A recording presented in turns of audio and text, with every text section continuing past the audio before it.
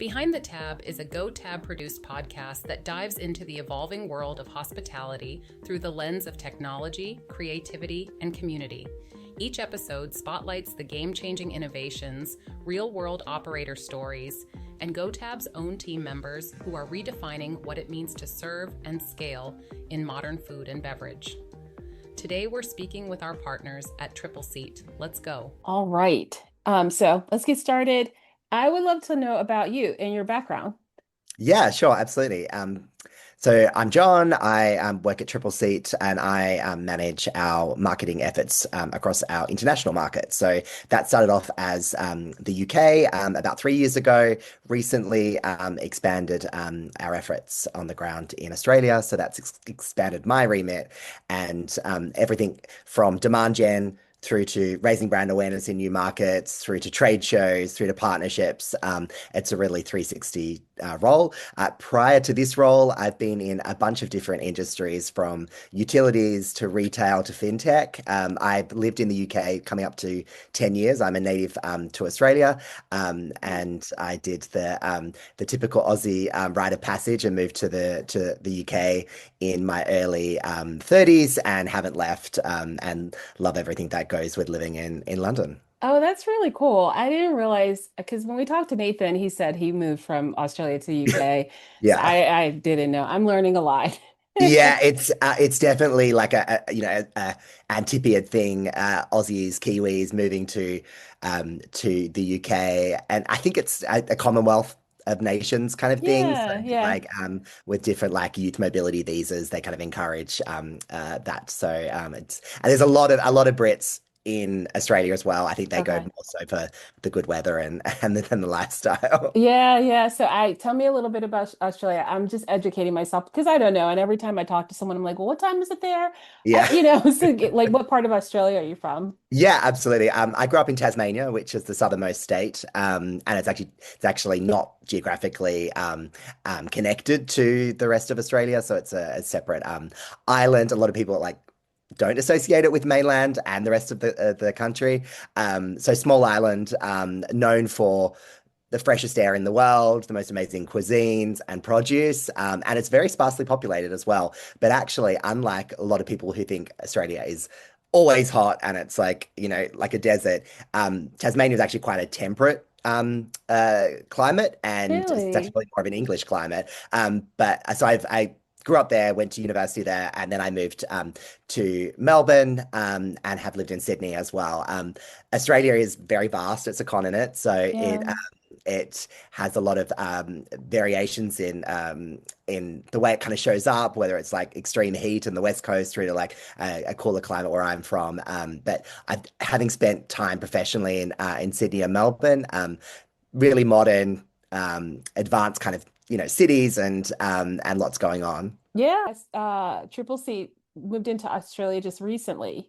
Yes. Okay, and you don't have to share any trade secrets, but tell me about what's the opportunity there for Triple Yeah, C? absolutely. Yeah, so we had we have a team of primarily sales colleagues based in the UK. I'm the kind of the sole marketing rep, and Jade was one of our original team members who came to us in 2023.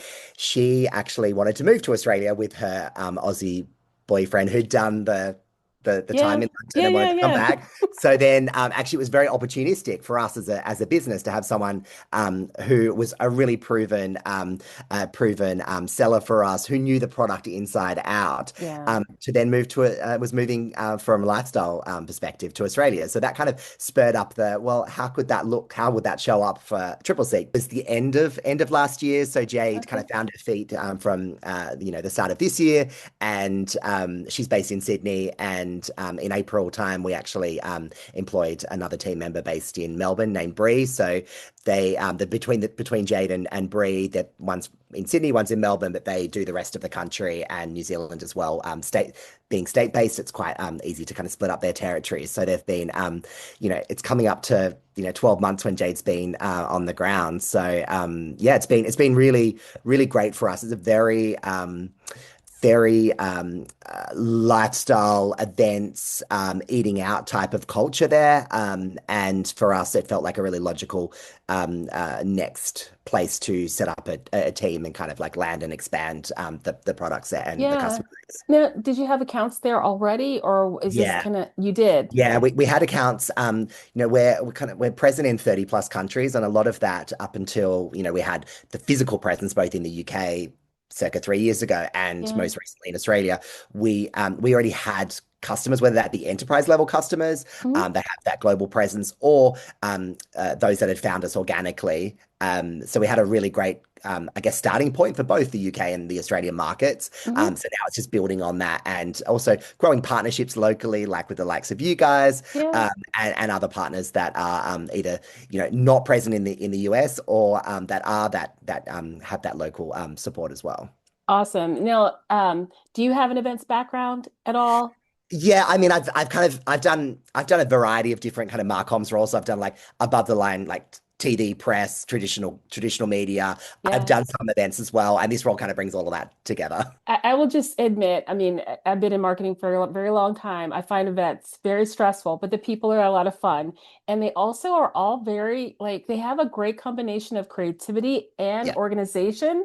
yeah. And you put those two things together, and it's just kind of like magical, actually, the Yeah, people that you definitely. get. And like in this role, like the event professionals that we meet are exactly as you described. Like some of them will actually, a lot of them come from like the hospitality background, but then some of them will Yes. also come from other kind of more creative backgrounds as well. And when the two kind of come together, Yes. and large scale events through to small scale, and we've got customers who are co-working spaces through to like global restaurant chains through to like Yeah. single site locations. So you do in this role, you do really see it all in terms of like scale of events and Yes. frequency as well. Yeah. Actually, Yeah. I was out in Australia recently and meeting customers out there and going, being at a trade show and meeting prospects in the person and seeing just that, right? And Yeah. it's really refreshing to kind of like speak to people and like see Yes. how Yeah. they are, backing events with intention and that, in with Yeah. all of the kind of the kind of global climate that we see, that there are still people enjoying doing that, which is great. Yeah, yeah, and it's almost like it's nice to be marketing to marketers because you kind of Yeah, have a common mo mental model about things. So that's really cool. yeah. So talk to me about the events and hospitality space in Australia and how it may differ from, I don't know if you've ever worked in the US, but UK, US. Yeah.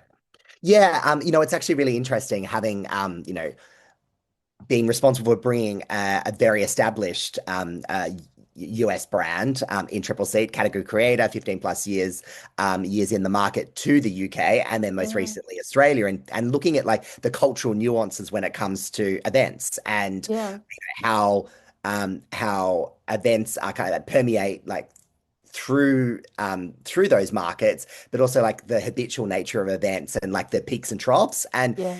the UK, I wouldn't say is as events heavy as the US is. Hmm. However, Australia definitely is, and Hmm. and I think also that lends itself to they're doing a lot of events around the weather. The weather's more conducive to that, so I Yeah, feel like that's probably where it differs a lot. But we are, yeah. especially, and in those big cities, Sydney, Melbourne, etc., they definitely do a lot of events, and there's definitely a lot of opportunity there, which is great. But Yeah. yeah, looking at the nuances, there definitely are nuances across the markets, which is Oh, super interesting. yeah, no, it's really interesting. And so for in Australia, the majority of the clients that you have, are they restaurants, are they breweries, or talk to me about that.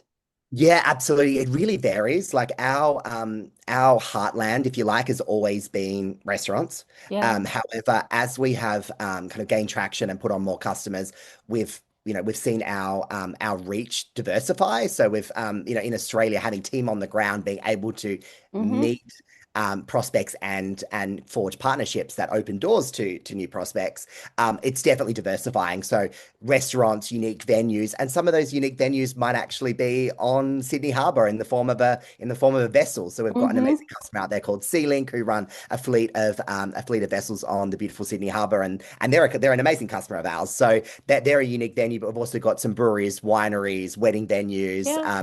So it really kind of it does vary a lot. Yeah, and there's a lot of overlap in your customer base and ours, so that's what makes the partnership so unique Absolutely, and yes, powerful. definitely. So it's difficult to kind of envision launching in a new market. That is not something that companies take on lightly, and they also often experience some challenges associated with that. So have you kind of, do you have a way of thinking about what are the key challenges that you had to overcome moving into the market? Yeah, definitely. You know, again, bringing a established category creator brand with great market share, great word of mouth, great like top of mind awareness Yeah. into new markets is a challenge because you don't quite have that. You don't have that same saliency when people are in the market looking for a product. And actually, Yeah. in some cases, in the case of both the UK and Australia, they might not even know you exist. Yes. They might just they might be using, what is typically coined pen and paper, but is Right. probably a Gmail shared at Gmail Mm-hmm. and an on or an offline spreadsheet. And they're Mm-hmm. like, we didn't know that you like we don't know about your value prop. Tell us more. And so Yeah. it's trying to do two things. And in this role, I have to juggle both. It's raising brand awareness and awareness of our value proposition and what value we can add. But at the Yeah. same time, it's driving demand and fueling demand for our sales team on the ground so that they can get in front of our ideal customer profile, our ICP, Mm-hmm. so that they can be continually doing the deals, getting things done, and so Yeah. it's really that balance. So I would say that probably the biggest challenge, especially from a comms perspective, is really just trying to get in front of the right people and raise our brand awareness, but also Yeah. just unpacking what our value prop is, like Yes. aiding the comprehension of who we're in front of through, Yeah. and that can be a variety of means. It can be educational pieces, can be thought leadership, it can be tactical offers. So just really pulling on those levers. You've got like an arsenal of like a toolkit, and you just Yeah. have to deploy them at certain junctures. Yeah. And so the last question I'll ask is about the consumer in Australia. So it might be Yes. the business to business consumer as well as just the everyday consumer and how they think about events. And it may not necessarily need to be like how different they are, but just kind of describe it because I'm always trying to Yeah. learn. And that's the thing I'm most fascinated about, like how are people different in different places? Yeah, well, I think with a product like going to my previous point around like the challenge around like, you know, getting that top of mind awareness and understanding of what we offer, that's probably been the biggest the one of the that's been the biggest challenge. But that's probably one of the in terms of like, the B2B piece. It's like Yeah. how there's definitely a culture of doing events, but actually how can you kind of interrupt what how what they're doing in a way that adds value. So like you're getting in front of them and actually saying, if you did this and this, it would Yeah. actually be additive to your business. So that could be through our platform, it could be through one of our partners with a voice AI service, it could be through a POS integration with yourselves. it's Yeah. it's showing that you can actually do it a better way, and maybe like, for lack of a better term, like level up the way Yes. that they're doing things. But Yes. actually, the way that we always try to talk about it is how can a platform like ours save your team time to Mhm. then focus on the guest experience and Mhm. repeat bookings. Right. And that's the kind of that sweet spot where we really lean into. But when Yeah. it comes to the consumer, it's like because we're, at our core we're a B2B business, but we're Right. ultimately B2B to C. Because Hmm. if you're looking to book a private event, whether it be a wedding, a celebration, or whatever it is, and you're in research mode and you're going to a website and you're having to like, oh, there's an email address, and you're having to type all of your inquiries in, and then you might miss something off, so there's a back and forth and there's a delay Yeah. in getting back. Yeah. Versus a platform like ours where the lead form can be embedded into the website, Yes. can sit in social media as well. um, then you're already prompted to answer specific questions to kind of Hmm. take the details out. So then when that goes straight to to the venue and they're kind of picking up as part of their sales, nurture process, they will already be armed with a lot of information to get you what you need, which is a proposal, Yes. and Yes. and confirmation of availability. And so I think the benefit for the consumer that is often undervalued when Hmm. we are going out and trying to package up what we offer is actually we're making it easier for them as well. The Yeah. communication through our guest portal where you can pay the deposit, you can see all the communications, you can see your proposal, you can sign your contract. Like Yeah. that makes their life easier, and they're not having to like pick up emails. And then if you think about an integration with yourselves in terms of point of sale, that makes their life easier as well because everything's just being kind of transacted through at the same time. It kind of makes life easier for them as well. So that's kind of Yeah. the two challenges across Yeah. who we're selling to, but also who's ultimately like going to be hosting events. I think that's really a great point. And you take me back to when I booked an event at Atomic Golf in I think it was last year. It the experience of booking through Triple Seat was magical compared to what you typically get. Because what you typically get is you're submitting your information or you're sending an email, and it's a lot of back and forth, a lot of back and Yeah, forth. Call, then you have to set up a call to go through the proposal, and everything in Triple Seat was completely contained in that one experience. And the yeah, contracting process was like, it was so easy, and there was no back and forth.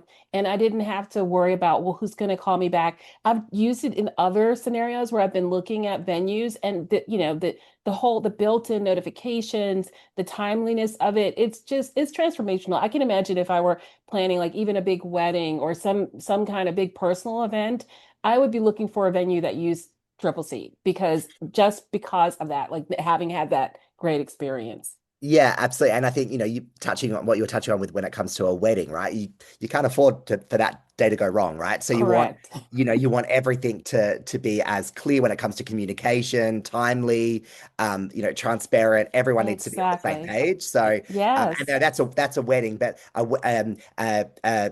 another type of celebration or a corporate dinner could be just Which as is what I important. did. So We did a big exactly. party there. We had prospects coming, and everything was so integrated. I provided my credit card. They took the deposit on the day of the event. That tab gets passed through to Yeah. GoTab. It was really like, just from a practical execution standpoint, it was really nice.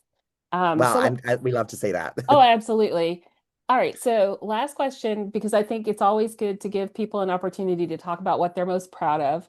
Can you Yeah. think of one client that you're particularly proud of? You don't have to name them, but maybe talk about what that experience was like working with a client that you really helped. Yeah, sure. Actually, it was a recent example from when I was out in Sydney, and I was out with one of our amazing sales trainers, and we were at a trade show, and we heard a voice, kind of booming voice coming toward us, saying that they weren't happy with what was going on with their triple seat account, and we're like, okay, this is really interesting because we the primary audience was at this event is prospects. And he's like, I'll be with you in a minute. And we kind of came over and we kind of like, we're like, okay, cool. We're waiting. And he came over and he was just explaining kind of what issues the team was having. He wasn't necessarily the primary user, but he was the owner of the restaurant. Right. And so he had skin in the game, right? So to speak, Mhm. but he wasn't necessarily using the platform. 2.5 hours later, he was still on our stand and he was learning everything there was and more about Triple C. And he'd gone from what you would say in marketing world, a detractor to an evangelist, right? He Yeah, was a yeah. promoter. He was a promoter. And then he then invited to host us for lunch the following week. And we went out and we spent another couple of hours training the team. And by Yeah. the end of it, there was nothing that they didn't know. So they went from a really low engagement in the platform. And they were so busy with their day to day. They were doing so many events. They have a stunning venue in Sydney, and there's every day there's a corporate event or there's a wedding or there's a christening. There's always something happening, and the team is stretched. And they knew the power of Triple C. They just needed to be guided through it. And having spent that time with them and then Yeah. turning that around to then that team actually giving like an amazing testimonial about their experience using Triple Seat beyond that period was like was really satisfying and fulfilling. Very cool. Very cool. So is there anything else that you want to share with our audience just about Australia, about Triple Seat, about, your priorities or goals? I mean, I would say we're further focused on making lives easier for event professionals, and that's our North Star to open opportunities for them. A lot of them are untapped to extract more revenue in Yeah. their business, to save them time and to focus on the guests. Like that example I mentioned around like the lead form being on the website, and then your experience about all the communication, the timeliness of it, the Hmm. contract. Like that's what we want them to have. We want their guests to walk away with really positive things to say about that venue operator, And not it, necessarily Triple yes, Seat. Like 100%. we're kind of Yeah. discreet in that whole process. We want them to book another event Yeah. through Triple Seat on Yeah. at that particular venue. So that's what we continue to do and strive for every day. I think that's a really powerful point because I only recognized it was Triple C because we're partners. Yeah, But if I didn't know about the platform, I would be, wow, Atomic Golf really has their stuff together, you know? yeah, It really absolutely, reflects well on the brand itself, that whole totally. experience. So now it's finally getting into my, I'm Yeah, getting it now.